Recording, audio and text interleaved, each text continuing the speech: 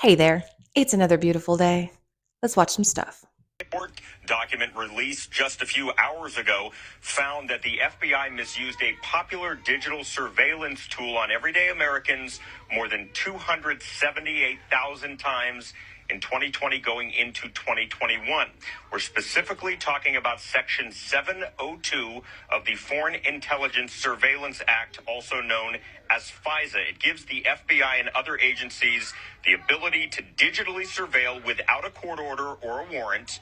We now know the FBI used the tool on people connected to the civil unrest following the death of George Floyd on the streets of the United States, those involved in the January 6th Capitol attack, even political donors. They finally came out and said, yeah, we're watching everybody. We know what you're doing and when you're doing it, and we got ways to track you and follow you and watch you. And we're doing it. They didn't say it like that, but ultimately, it kind of came out in that manner. This just happened a couple days ago, by the way. Watch this. Is Biden allowing the FBI to secretly surveil you? The Foreign Intelligence Surveillance Act allows the government to surveil anyone without a warrant. Today, there was a vote on an amendment to the bill that would mandate a warrant for such surveillance. But the White House had intervened through direct phone calls, defeating the amendment by one vote. Some, including Trump, call for FISA to be eliminated, considering that it violates the Fourth Amendment. Should the people really continue electing representatives that allow the government to unconstitutionally surveil on them? So it was about to be written in that they couldn't do any investigations on people in the country without a warrant, because the F in there alone stands for foreign. It's not supposed to be for domestic. And if there's somebody in the United States that is doing something fishy, you're supposed to get a warrant. That's the freaking law. But they managed to keep that part out, so they're just going to keep on watching everybody, snooping around in your stuff, seeing what you're doing, because nobody here needs privacy. Nah. Hey, thanks so much for hanging out. If there's a topic you'd like me to cover, please let me know down in the comments below. If you're having a good time, won't you hit that like button for me and maybe consider subscribing and come back tomorrow, because I'm making a new video every day. What is hiding beneath Mount Shasta? In 1904, a man by the name of J.C. Brown was prospecting for gold at Mount Shasta when he discovered a mysterious cave. He followed the empty tunnel for 11 miles, and at the end of it, he found a lost city, with hieroglyphics written all over their walls. As he went deeper into the city, he found a chamber with 27 tombs, which had skeletons in them, except that the skeletons were over 10 feet tall. He hid the entrance to the city and kept the information to himself. However, he obsessed over it in secret. And finally, after 30 years, he put together a team of 80 people to go back and explore the city. However, on the day the expedition was supposed to begin, J.C. Brown vanished and was never seen or heard from again. So, did J.C. Brown stumble on a secret that someone was trying to hide? And Oh, yeah, absolutely. Someone wants to hide that. It's just like the one in the Grand Canyon, the network of caves that were found in the Grand Canyon that could house tens of thousands of people, that had the hieroglyphs and tombs and all of that stuff in there, and rooms and just vast living spaces. Yeah, absolutely. And now it's giants on top of that. Oh, yes, definitely. We have to hide that. That cannot be known. Why? I don't freaking know. I think it's silly. I don't know why we can't know these things. Must be that detrimental to our being. I don't know. I just don't know.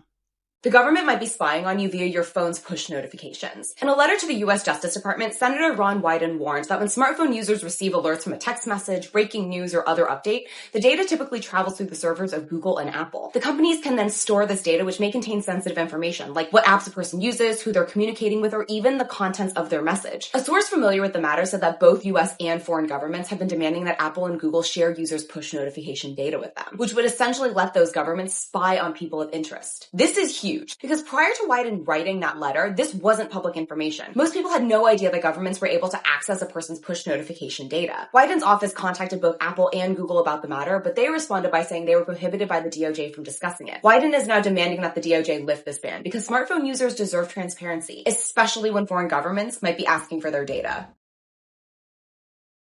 So now it's push notifications. Everything about a cell phone is just constantly being spied on by the government or able to be hacked into by the government. And so now is every single piece of technology you have in your house, especially if it hooks up to your Wi-Fi. So nobody's safe. And not only our own country, but foreign countries are able to gather this information about you. And then they want to know what you got going on. How do you think you get all these telemarketing calls that are oddly targeted to something that you need at that time? Yeah, that's happening. I don't like it either. So I was bopping around the internet and I find this here little doozy. Bayer admits it paid millions in HIV infection cases, just not in English. Okay. So basically, back in the day, specifically in the 1980s, a division of Bayer, so these are the people that make like your aspirin and a bunch of other over-the-counter drugs and a bunch of other pharmaceuticals, had this particular division, Cutter Biological, that ignored federal laws and continued to recruit prisoners, IV drug users, and at the time, high-risk gay men to donate samples of blood for which they used in their factor 8 and factor 9 clotting products for hemophiliacs. So if you don't know, hemophiliacs are people, in a lot of cases, they happen to be men based on certain genetic traits, have a hard time clotting their blood. So they're very susceptible to bleeding if injured. So yeah, basically after they did this thing, after they were warned, because this was at the beginning of the HIV crisis and everyone was beginning to figure out what it was, taking precautions, they said, you know what, we're not going to do it here in the United States. We're going to sell this to other countries. Well, it doesn't take a rocket science to figure out how this panned out. And then now they have to pay these groups of people in foreign countries. I think most significantly, it was done in South America, reparations because they knowingly infected them with HIV. So yeah, they had to dish out 300 million in compensation to hemophiliacs who contracted HIV because they got these tainted products. And about 20,000 people contracted HIV from these tainted products. Wow. And this goes to show that pharmaceutical companies, like, I think that probably some of them are probably like the closest will ever be to knowing the devil in real life, because this right here, a regular person with any sort of like empathy or sympathy could not fathom doing something like this. Let me know your thoughts in the comments. I know you're not going to believe this, but today is the first day that I ever heard of this. Right? I know. That's crazy because Bayer has always been like a trusted name in my family. You know, we're diehard aspirin fans, right? And you say aspirin, the first thing you think is Bayer, typically, most traditionally.